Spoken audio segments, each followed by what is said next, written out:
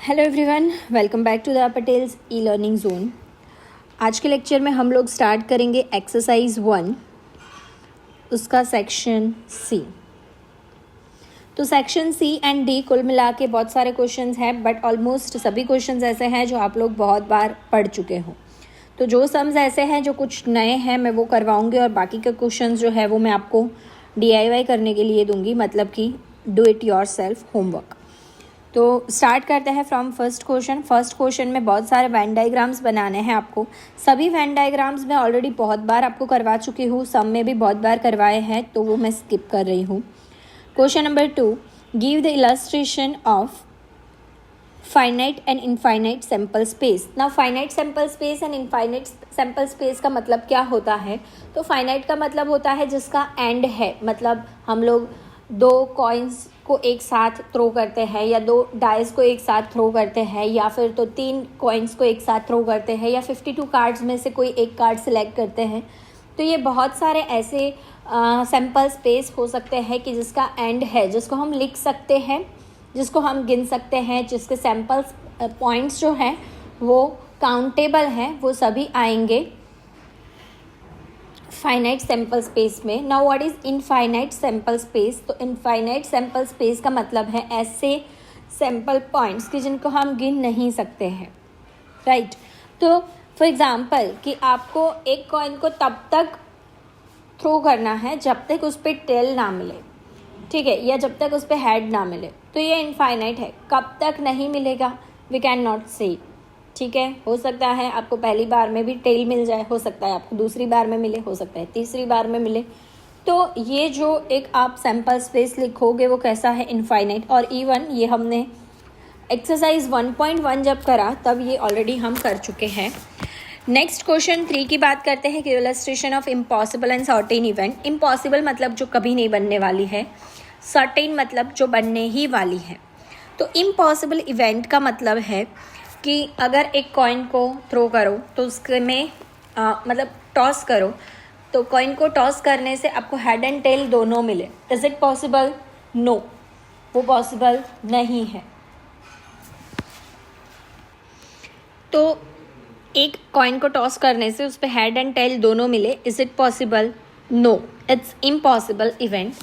दूसरा कि एक कॉइन को टॉस किया और वो हवा में ही रह गया, ना उस पर टेल मिला ना उस पर हेड मिला, is it possible? No, then it is impossible events. Now what is certain events? तो सर्टेन इवेंट का मतलब होता है जो इवेंट बनने ही वाली है, उसमें कोई हमें डाउट है ही नहीं, तो ऐसी इवेंट्स को बोलते हैं सर्टेन इवेंट्स। तो सर्टेन इवेंट्स में हम बोल सकते हैं कि अगर हम एक कॉइन को टॉस करेंगे तो उसके ऊपर या तो हेड मिलेगा या तो टेल मिलेगा, तो ये सर्टेन इवेंट है। इन दोनों में से एक ही होगा, इसके अलावा और कुछ होने के चांसेस नहीं है। नंबर 4 की बात करते हैं, state the characteristics of random experiment. तो रैंडम एक्सपेरिमेंट के कैरेक्टरिस्टिक्स में ऑलरेडी आपको पढ़ा चुकी हूँ कि रैंडम एक्सपेरिमेंट मतलब क्या। तो जिसको हम सेम कंडीशन में हम उसका रिपीटेशन कर सकते हैं, जिसके सभी जो भी रिजल्ट है वो हमको आउटकम्स जो है वो पता रहते हैं, बट उसका एग्जैक्ट आउटकम क्या आएगा वो हम तब तक नहीं कह सकते जब तक रैंडम एक्सपेरिमेंट करेंगे नहीं। Is it clear? चलो नेक्स्ट मूव करते हैं on question number 5, state the assumption of mathematical definition of probability. तो सेम जो मैंने आपको बताए रैंडम एक्सपेरिमेंट के कैरेक्टरिस्टिक्स, वही के वही है मैथमेटिकल डेफिनेशन की भी प्रोबेबिलिटी का अजम्पशन, दैट आउटकम्स जो है वो फाइनाइट होते हैं। सेकेंड कि जो भी आउटकम है वो हमको पहले से ही पता होते हैं, टोटल आउटकम्स जो है वो। एंड दूसरा कि सभी जो आउटकम है वो इक्वी प्रोबेबल होते हैं, मतलब कि सबके आउटकम्स जो है वो आने के चांसेस जो है वो सेम होते हैं, ठीक है। इसीलिए हम लोग डाइस है तो डाइस में 2 आने की प्रोबेबिलिटी तो बोले 1/6, 3 आने की प्रोबेबिलिटी तो बोले 1/6, क्योंकि सभी जो है वो आउटकम्स आने के चांसेस इक्वी प्रोबेबल है।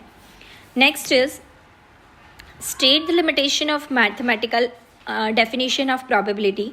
तो इसका लिमिटेशन जो है वो ये है कि हम जो डेफिनेशन है उसके थ्रू कोई भी प्रोबेबिलिटी फाइंड आउट नहीं कर सकते, डिफाइन नहीं कर सकते। सेकेंड चीज कि प्रोबेबिलिटी जो है वो तब पॉसिबल नहीं है जब मतलब कभी कभी ऐसा होता है कि जो भी आउटकम्स हैं वो सभी इक्वी प्रॉबेबल नहीं होते हैं, कुछ के आने के चांसेस ज़्यादा होते हैं, कुछ के आने के चांसेस कम। तो जब इक्वी प्रॉबेबल नहीं है सारे आउटकम्स, तो उस टाइम पे हमारी जो प्रॉबेबिलिटी की मैथमेटिकल डेफिनेशन है वो गलत हो जाती है। नेक्स्ट है state the limitation of definition of probability, statistical definition of probability. तो इसमें लिखा है कि state the limitation of statistical definition of probability. तो इसके अंदर हमको ये लिखना है कि पहला तो कि जब इनफाइनाइट कोई सैम्पल स्पेस है तो हम उसका जो प्रॉबेबिलिटी है वो नहीं निकाल सकते हैं। सेकंड, कि हम जो भी प्रॉबेबिलिटी की वैल्यू निकालते हैं वो हमेशा एस्टिमेटेड होती है, एग्जैक्टली हमें वैल्यू उससे नहीं मिलती है। एंड थर्ड, जब तक हम कोई रैंडम एक्सपेरिमेंट कर नहीं लेते उसका प्रॉबेबिलिटी जो है वो हमें एग्जैक्टली नहीं मिलता, और कोई भी रैंडम एक्सपेरिमेंट है बट उसका जो रिज़ल्ट होता है वो हमेशा क्या आता है, अलग अलग आता है। तो ये स्टैटिस्टिकल डेफिनेशन की प्रॉबेबिलिटी है। Next is explain the equi probable events. Equi probable events मतलब ऑलमोस्ट हमने अब तक जितने सम्स देखे वो सभी इक्वी प्रॉबेबल होते हैं। आप एक डाइस को थ्रो करो, उसमें 1 आने के चांस, 2 आने के चांस, 3 आने के चांस। आप एक कॉइन को टॉस करो, हेड एंड टेल आने के चांस। तो ये ऑलमोस्ट क्या होते हैं, सब में इक्वी प्रॉबेबल है।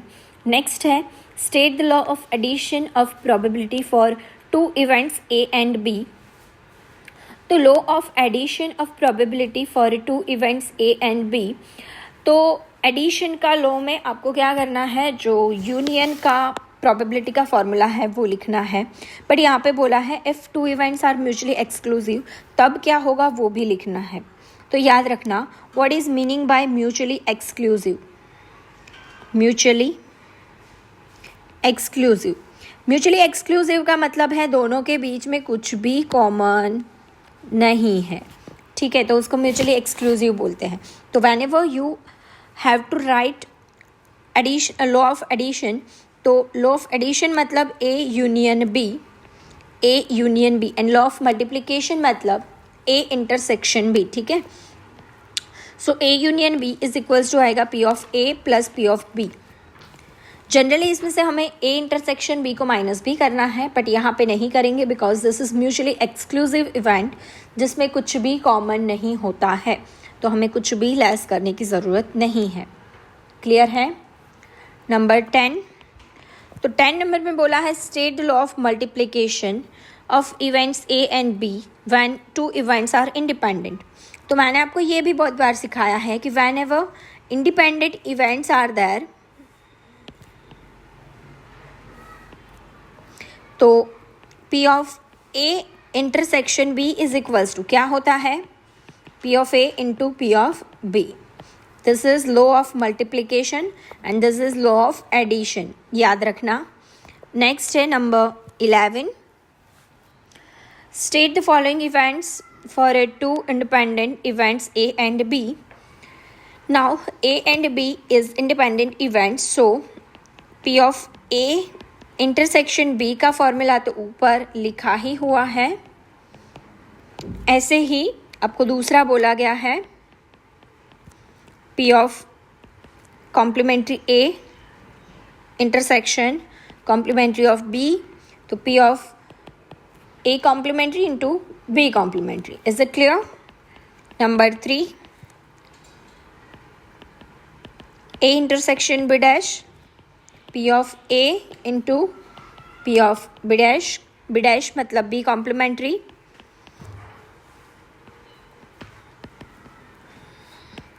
बहुत ही इजी है, इससे इजी और कुछ नहीं हो सकता है।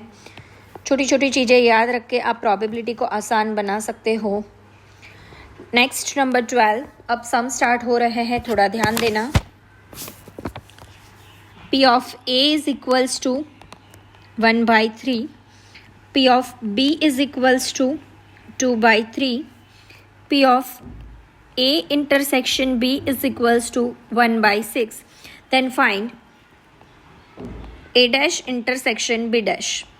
Now यहाँ पे मैंने आपको सिखाया है, this is what, it's D Morgan's law. इसमें जब दो कॉम्प्लीमेंट्री का इंटरसेक्शन है तो आपको विदाउट कॉम्प्लीमेंट्री यूनियन कर देना है, ऑपोजिट करना है। देखो ये क्या है, ए कॉम्प्लीमेंट्री, यहाँ पे क्या लेना है, ए। ये क्या है, इंटरसेक्शन, ऑपोजिट क्या होगा, यूनियन। ये क्या है, बी कॉम्प्लीमेंट्री, तो यहाँ पे क्या लेना है, बी। ठीक है, और फिर इसका फुल कॉम्प्लीमेंट्री बना देना है। क्लियर है? तो P of A union B का कॉम्प्लीमेंट्री है, तो इसका मतलब होगा P of A union B 1 में से माइनस करना पड़ेगा, तो आपको आंसर मिल जाएगा। बट यहाँ पे हमारे पास P of A union B नहीं है, तो ढूंढना पड़ेगा P of A plus P of B minus P of A intersection B. ये वाला फॉर्मूला हम बहुत बार यूज़ में ले चुके हैं, तो आप लोग ध्यान रखना। ठीक है, चलो वैल्यूज़ रखते हैं। तो पी ऑफ ए है तो 1/3, P of B 2/3 minus 1/6, LCM लेते हैं, इट विल बी 6। तो 2 + 4 - 1, the answer is 5/6। 1 - 5/6, your answer is 1/6। Clear है? डन। तो इस टाइप का जो मैंने आपको पूरा ये बताया फॉर्मूला, वो फॉर्मूला आपको आना ही चाहिए, बिकॉज ये फॉर्मूला के बेस पे बहुत सारे हम क्वेश्चन सॉल्व कर सकते हैं। नेक्स्ट बात करते हैं क्वेश्चन नंबर 13 की। तो 13 नंबर में बोला गया है P of B is equals to 2p of a by b is equals to 0.4, then find p of a intersection b। see यहाँ पे क्या है, p of b is equals to क्या बोला, 0.4। yes or no? अगर ऐसा है a is equals to b is equals to c, तो मैं बोल सकती हूँ कि a is equals to c, obviously yes, right. तो इसीलिए मैं बोल सकती हूँ कि P of B is equals to क्या होगा, 0.4। ठीक है, चलो फिर 2p of a by B is equals to 0.4, then I can say p of a by B is equals to 0.2। भाई 2 से डिवाइड कर दिया, एनी प्रॉब्लम? ऑब्वियसली नॉट, उसमें कोई प्रॉब्लम नहीं है। चलो फिर हमको क्या बोला, ए इंटरसेक्शन बी फाइंड करने का। Now P of A by B is equals to, formula बोलो तो ज़रा, ए इंटरसेक्शन बी अपॉन जो बेस में होता है उसकी प्रोबेबिलिटी, तो P of B. Now we have probability of A by B 0.2। A intersection B तो अपने को ढूंढना है, तो उसको मैं एज इट इज़ लिख रही हूँ। पी ऑफ बी अपने पास है 0.4, ये 0.4 यहाँ पे जाके मल्टीप्लाई हो जाएगा, so we can say P of A intersection B is equals to 0.2 into 0.4। जो आंसर आता है please let me know in comment section. Clear है? चलिए आगे बढ़ते हैं ऑन क्वेश्चन नंबर 14।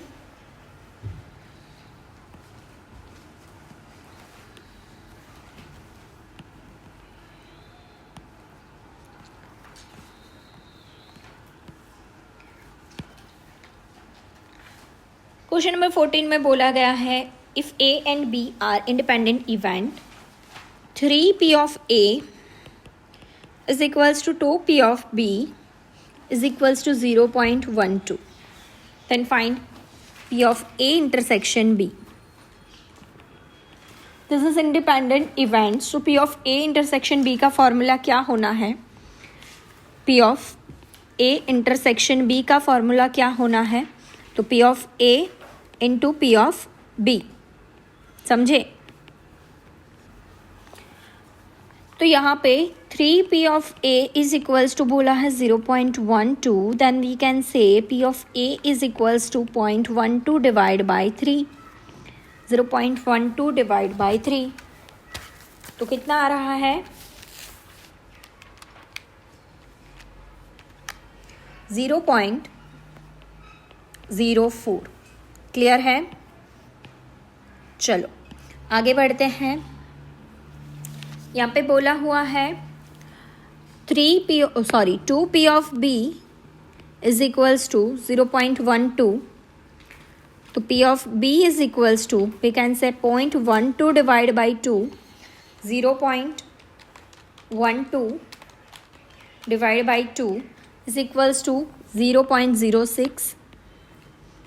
समझ में आया? So we have now p of b and p of a,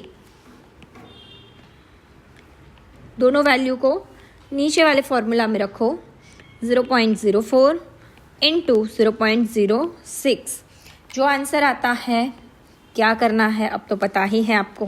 ये सभी क्वेश्चंस का आंसर आपको मुझे कमेंट सेक्शन में कमेंट करके बताना है। चलिए आगे बढ़ते हैं क्वेश्चन नंबर 15 की ओर। नाउ क्वेश्चन नंबर 15 में क्या बोला है, 5p of a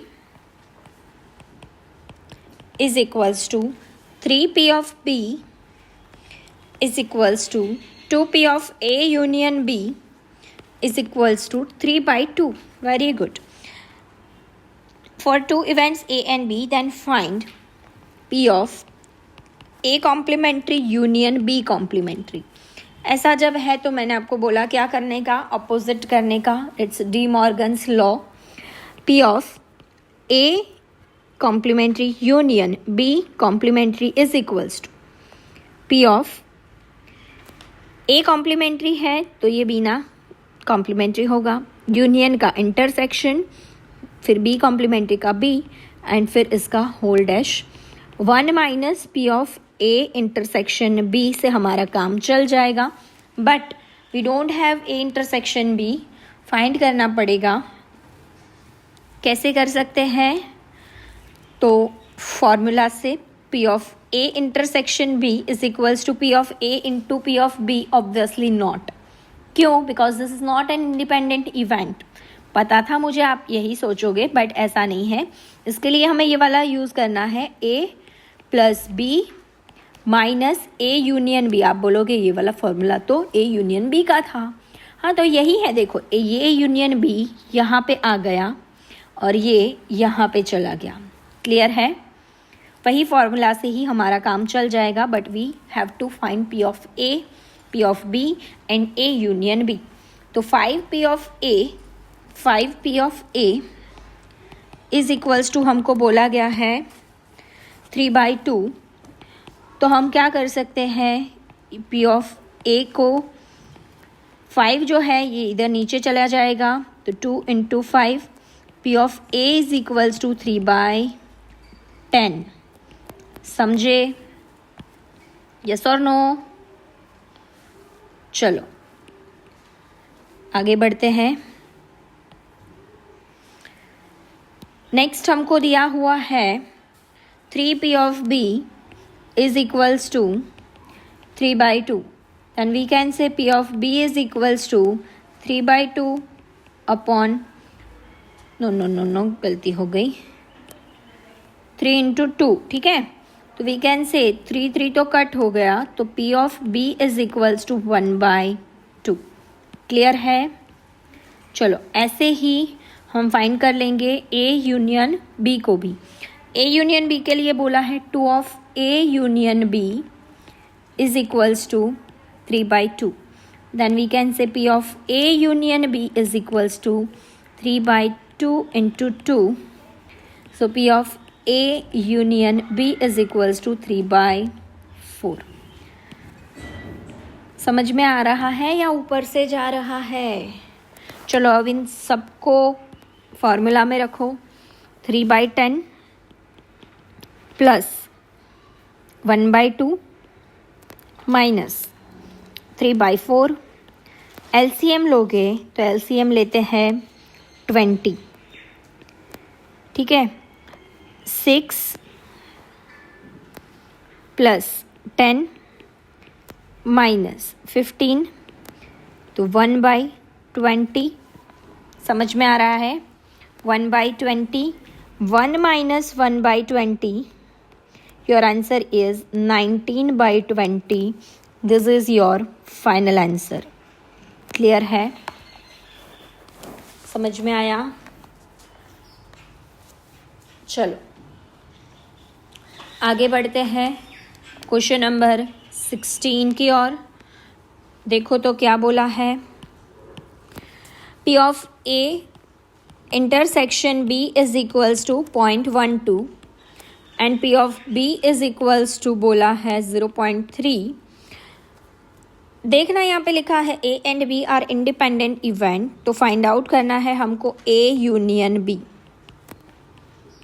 ठीक है, चलो कैसे कर सकते हैं। तो जब भी इंडिपेंडेंट इवेंट लिखा है then we can say A intersection B is equals to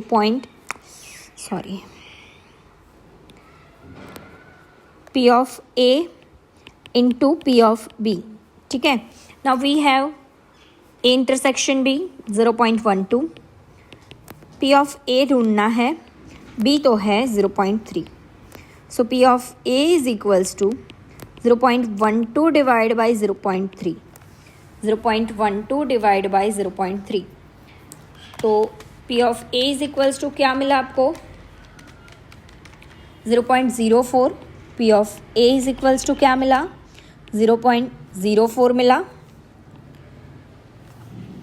अब तो आप A यूनियन B ढूंढ ही सकते हो, बहुत इजी है, फॉर्मूला लिख देती हूँ इधर। A union B is equals to P of A plus P of B minus P of A intersection B। तीनों ही वैल्यू हमारे पास है। P of A intersection B की वैल्यू ये रही, P of B ये रहा एंड P of A ये रहा। सभी को फॉर्मूला में रखो, आंसर लाओ और वो आंसर मुझे कमेंट सेक्शन में बता दो। क्लियर है? चलिए मूव करते हैं to the next question, that is 17 number. तो 17 में बोला है, ये 17 को आप इम्पोर्टेंट मार्क करो। 17 नंबर में ये बोला है कि event A is equals to x where x is equals to 1 less than x less than 3। ठीक है, और B is equals to x where x is equals to half less than equals to x less than 2। Then find A union B and A intersection B। C मैं आपको बोलूँगी, इसको आप क्या करो, इस तरीके से लिख दो। ये एक्सप्लेनेशन है। 1/2 से स्टार्ट हुआ, फिर कौन आएगा, फिर 1 आएगा, फिर कौन आएगा, फिर 2 आएगा, फिर कौन आएगा, फिर 3 आएगा। देखो मैंने ये 1/2 लिया, फिर ये 1 लिया, फिर 2 लिया, फिर 3 लिया। ठीक है, अब यूनियन मतलब क्या, तो यूनियन मतलब ये पूरा, समझ रहे हो। यूनियन मतलब फुल्ली कवर होना चाहिए, छोटी बाउंड्री से लेके बड़ी बाउंड्री तक। ठीक है, अच्छा देखो यहाँ पे इवेंट A क्या है वो मैं आपको बताना भूल गई। इवेंट A कहाँ से कहाँ तक का है, तो 1 से लेके 3 तक का, यहाँ से लेके यहाँ तक का इवेंट A है। फिर हाफ से लेके 2 तक का, मतलब यहाँ से लेके यहाँ तक का इवेंट B है। ठीक है, तो ये दोनों का जो पॉइंट है, मतलब यहाँ से ये B स्टार्ट हो रहा है, यहाँ पे A फिनिश हो रहा है, तो ये टोटल बाउंड्री को हम बोलेंगे A यूनियन B। समझे? तो A union B is equals to, मैं बोल सकती हूँ x where x is equals to half से लेके कहाँ तक, 3 तक। ठीक है, मिनिमम बाउंड्री से लेके हाईएस्ट बाउंड्री तक का होगा यूनियन। इंटरसेक्शन मतलब अब तो समझ में आता है, कॉमन होता है। कॉमन दोनों के बीच कहाँ आता है, जहाँ पे A भी है और B भी है। You can see this part is common between A and B। So x where x is equals to 1 less than x less than 2। समझे क्या? बहुत इम्पोर्टेंट चीज़ है, 2 मार्क के लिए याद रखना। चलो आगे बढ़ते हैं क्वेश्चन नंबर 18 की ओर। क्वेश्चन नंबर 18 में क्या बोला है, तो 2 probability of occurrence at least one event of A and B is 1/4. The probability of occurrence of at least one event of A and B is 1/4. अब at least one का मतलब आपको पता है क्या होगा? A union B. Yes or no? A union B is equals to क्या होता है? 1/4. The probability that event A occur but B does not occur is 1/5. A occur but B does not occur is 1/5. Can you say what is this? I can say it's A minus B, difference event of A and B. Yes or no? Obviously yes. Then find the probability of B. अब देखना आप लोग, ये Venn diagram है, ठीक है. ये Venn diagram में ये है इवेंट ए और ये है इवेंट बी, ठीक है.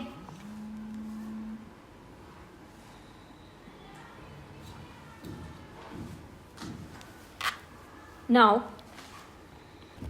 सी, यहाँ पे हमें चाहिए ए माइनस बी. तो ए माइनस बी मतलब कौन सा पोर्शन होगा? वी कैन से ए माइनस बी मतलब इतना हिस्सा होगा. ए माइनस बी का मतलब इतना हिस्सा होगा.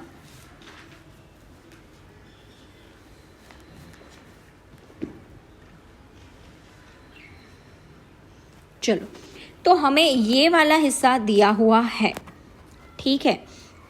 और हमको फाइंड क्या करना है? हमको फाइंड करना है पी ऑफ बी, ठीक है. मतलब हमें फाइंड करना है ये जो मैं यहाँ पे पर्पल कलर का पूरा ये बना रही हूँ, ये पूरा हमें फाइंड आउट करना है. समझ रहे हो? ये क्या है? पूरा बी है, बी. ये पूरा बी हमको फाइंड करना है, राइट. बताओ कैसे फाइंड कर पाएंगे? तो हमारे पास ये है, ये क्या कहते हैं इसको? ए माइनस बी, ये वाला पोर्शन पूरा है.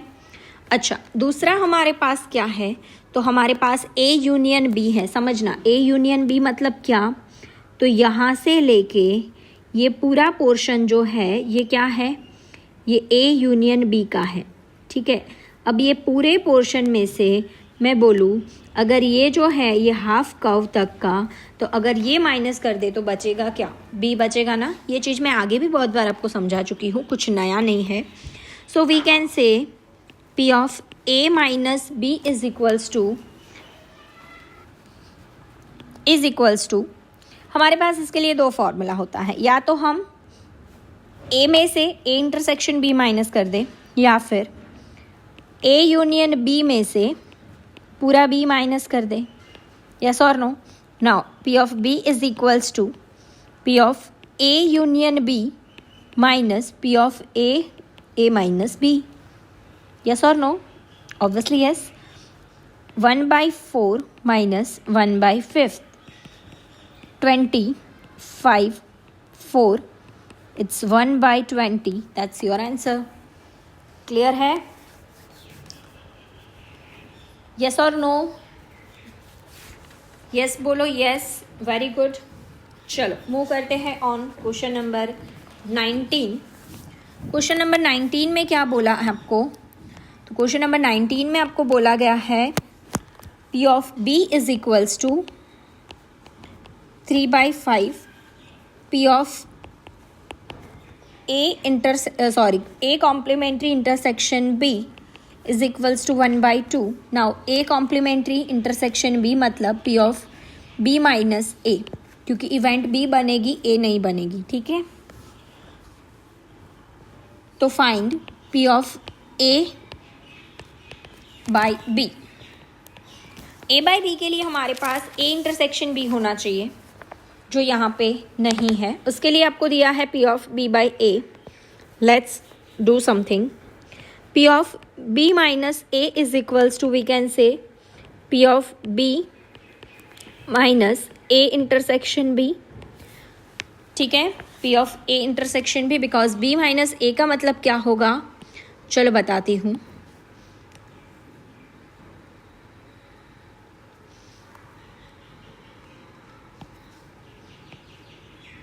ये है इवेंट ए, ये है इवेंट बी, ठीक है। अब यहाँ पे ये जो पोर्शन है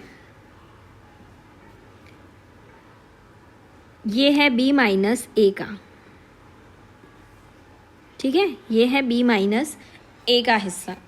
तो हम अगर पूरे बी में से, मतलब कि पूरे बी में से अगर इतना माइनस कर दें, कितना, इतना, तो क्या मिल जाता है, ये जो b माइनस ए है वो मिल जाएगा। समझे? यस और नो?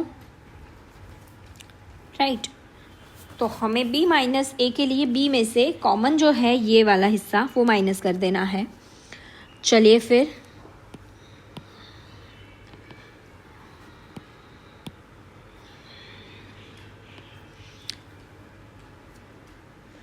यहाँ पे हमारे पास b माइनस ए की प्रोबेबिलिटी तो है ही ऑलरेडी, दैट इज़ 1/2। b हमको दिया हुआ है 3/5। p of a intersection b ही तो हमको ढूंढना था। So p of a intersection b is equals to 3/5 minus 1/2। LCM लेते हैं 10, 6, 5, इट्स 1/10। समझे कि नहीं? हाँ बोलो हाँ। Very good, it's 1/10। अब a इंटरसेक्शन b मिलने के बाद आप easily p of a by b तो ढूंढ ही सकते हो। p of a intersection b upon p of b। Is it clear? कर सकते हो ना इतना? चलो very good. 1/10 upon 3/5, 1/10 into 5/3, it's 1/6 final answer.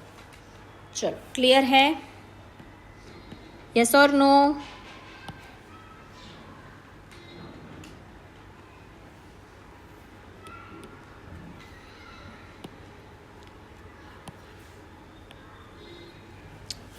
ठीक है, चलो तो आज के लेक्चर के लिए हम लोग इतना रखते हैं। नेक्स्ट लेक्चर में हम लोग इस चैप्टर को फिनिश करेंगे।